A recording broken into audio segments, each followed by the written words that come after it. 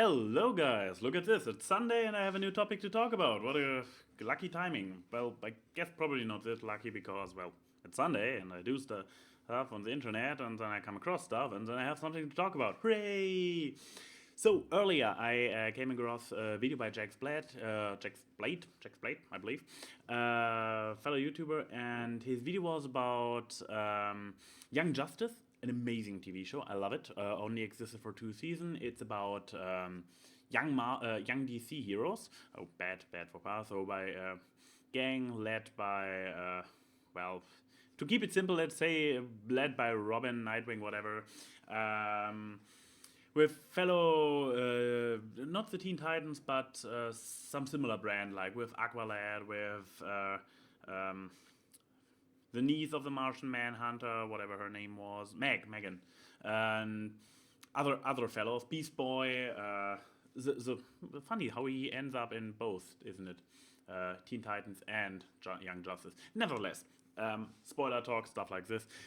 Great show, recommended to everybody to watch. Go out there, watch it. And here's the thing where the entire new thingy comes into place. Jax Blade tells that, first of all, Young Justice recently has been added to the Netflix library. And second of all, that the original producer of the show was like, hey guys, tweet, if it is now on Netflix, and who knows, if you guys go there and give it a good rating and maybe even buy the Blu-ray, wink, who knows, maybe you provide the face for the company that, hey, people want to see this and they actually greenlight a third season, which would be amazing because I love this show. This show has been fantastic. Animation-wise, superb. I mean, I love stuff like Gravity Falls, but animation-wise, Gravity Falls has shit on Young Justice. Young Justice looks beautiful.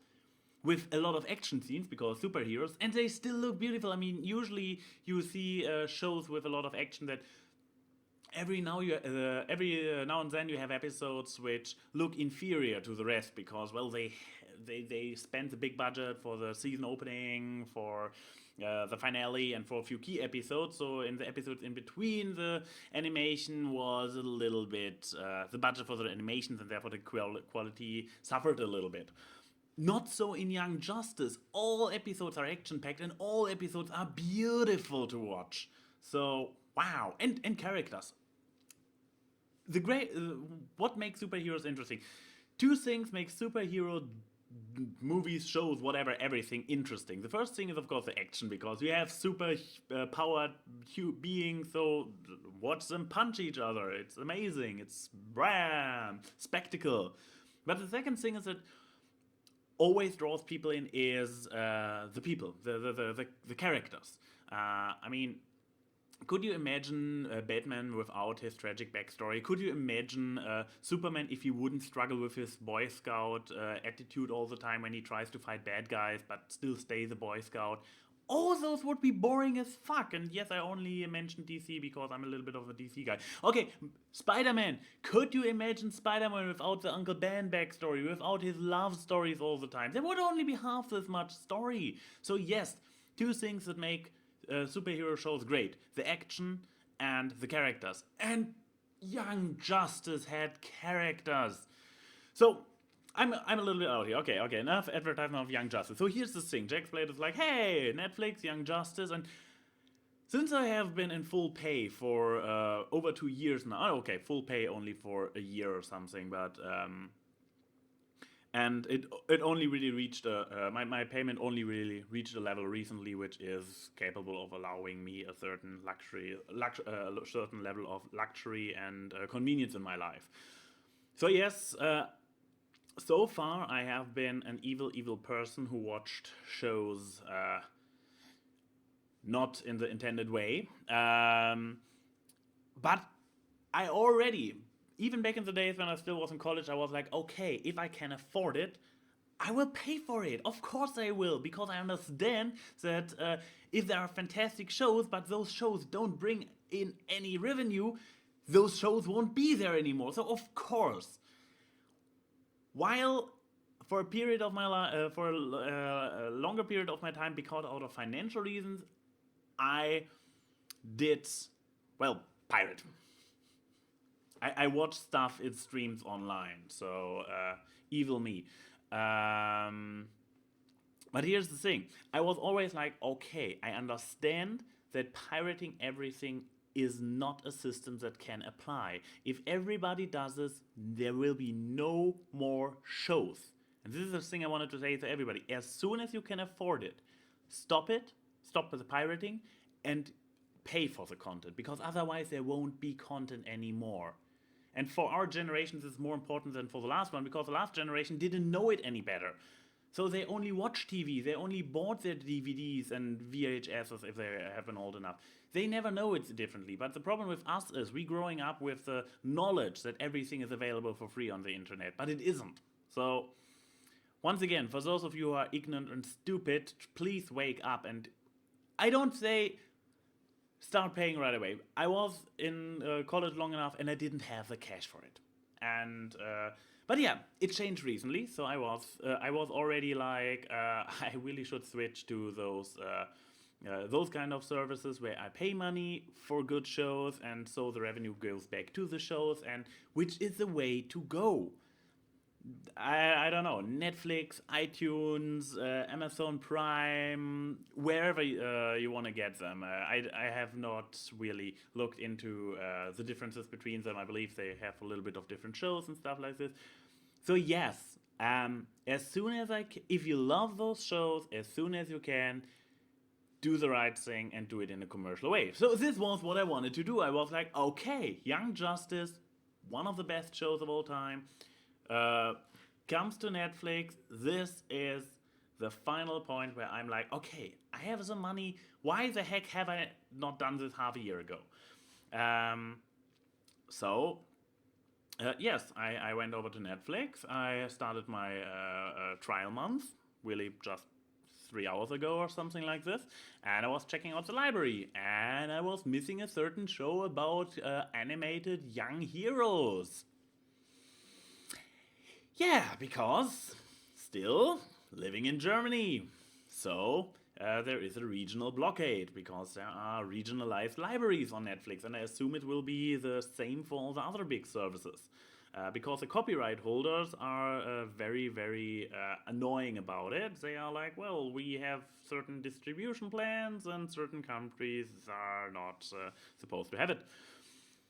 So, okay, short two articles later on the internet, I came across a proxy service called ZenMate, which is basically, yeah, for everybody who doesn't know what a proxy is some kind of in-between person you insert between yourself and whoever you are dealing with. In the case of internet, a proxy refers to a service which hides your true IP. So basically you send your packages and requests to the proxy, and the proxy, who is using an IP from a different country, for example, is sending your packages, is sending your requests to the actual website you want to get in contact with, and receives the packages and distributes them to you.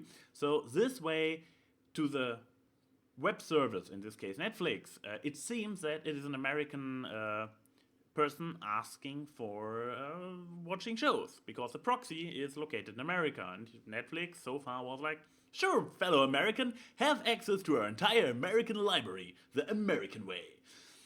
Which was apparently the thing to go for years, and people outside of the US had been using it. I'm just read the article about some guy who was living in Japan, and he was like, in Japan there wasn't even Netflix when he went there. So he had a proxy in place, and he described it very nicely. Netflix was his go-to TV station. He had it running all the time in the background on his whatever TV, I believe, actually.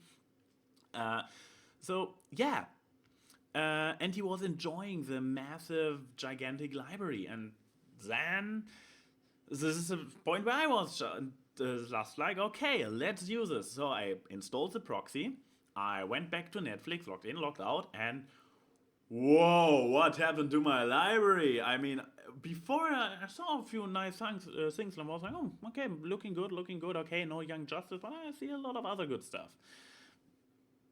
And then I logged in again, and I was like, oh my God, there is so much content and I'm loving it. It's like scrolling up and on, scrolling through the movie. I believe there are a dozen movies available in Germany on Netflix. A dozen.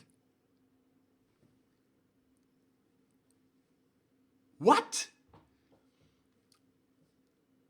Okay, maybe a little bit more, but in this particular list, it was a dozen. Like I scroll once, it scrolls half a page more, and I click the button again, and whoosh, the first 5 entries again. Like, wow.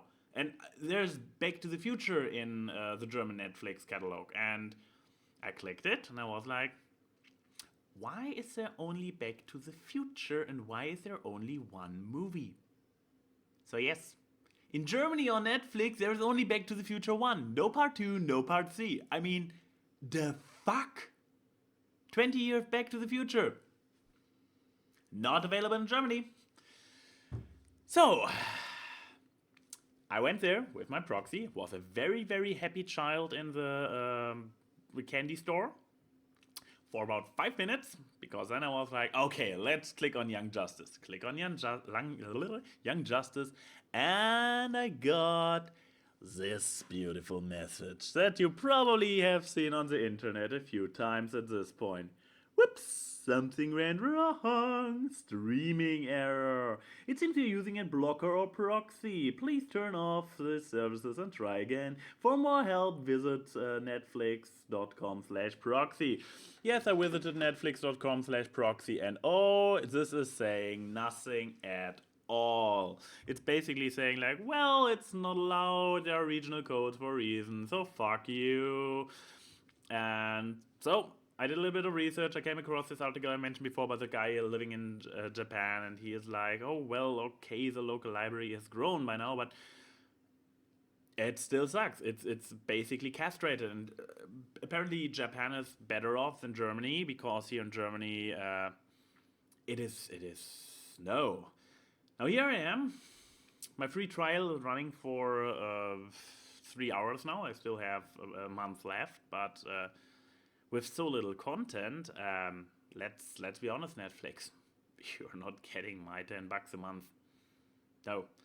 And here's the thing, when I come across a proxy service, I was for a little bit like, yeah, whatever, $5 more. It makes the entire ordeal 50% more expensive for me, but come on, look at the content, that's worth it. But no, here I am, and I'm literally back to square one. I can't watch those shows I want to watch. I can't, literally. I would like to pay to watch those shows. Now here I am, I can't. So obviously, this thing is Netflix. Okay, to argue on Netflix behalf at this point.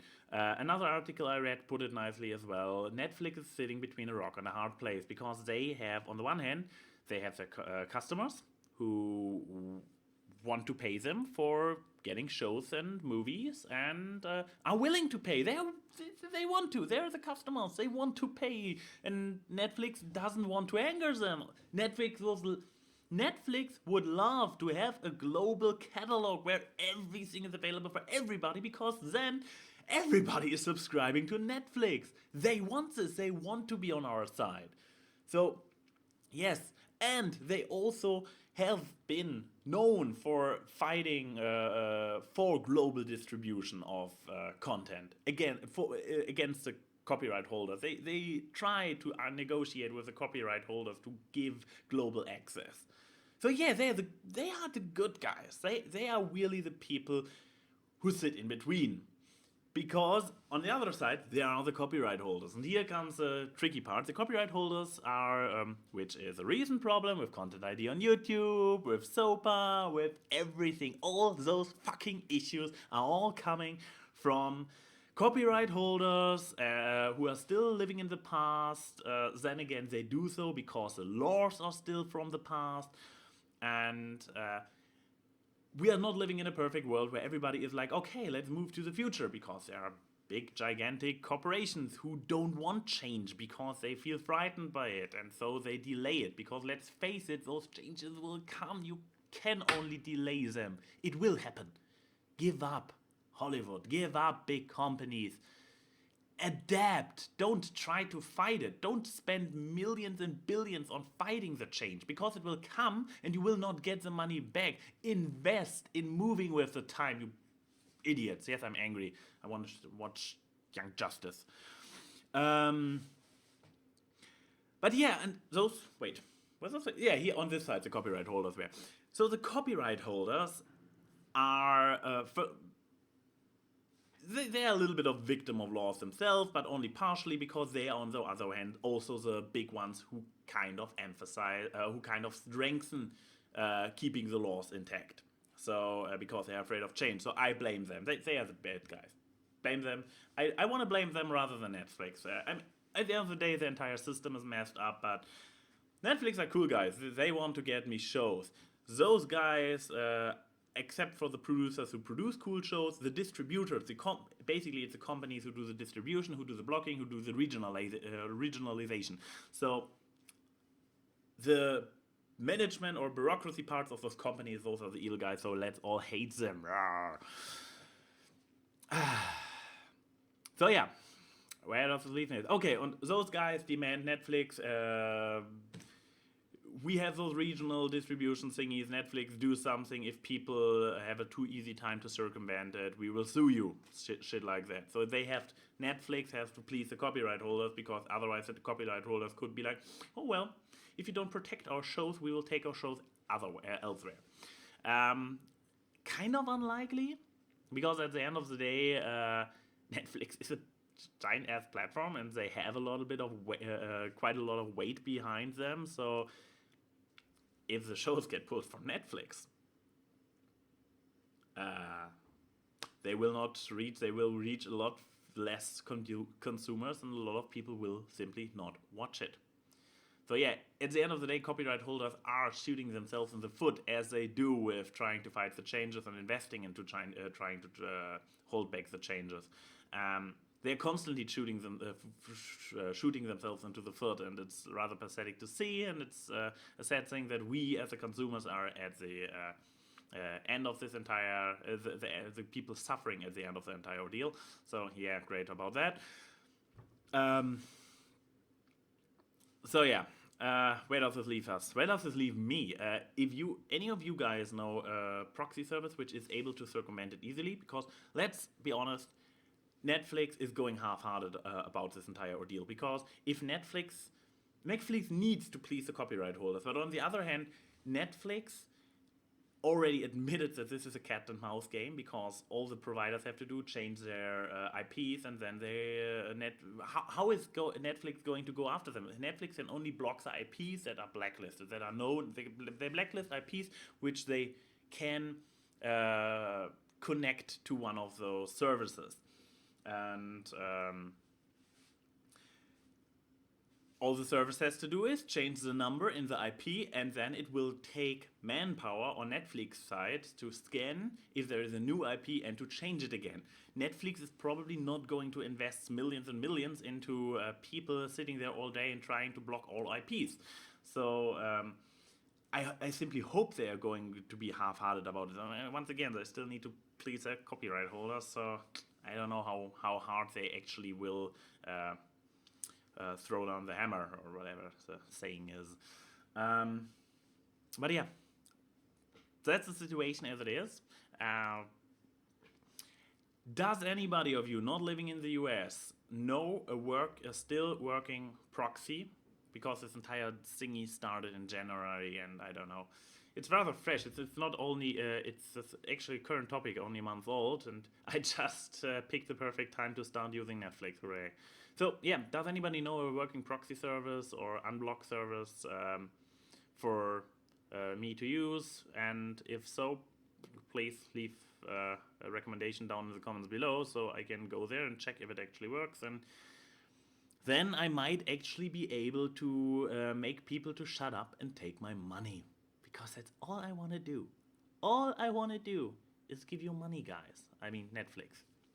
And by proxy, play on words, also the content producers, the copyright holders. I want to give you my money, but only if I get what I want.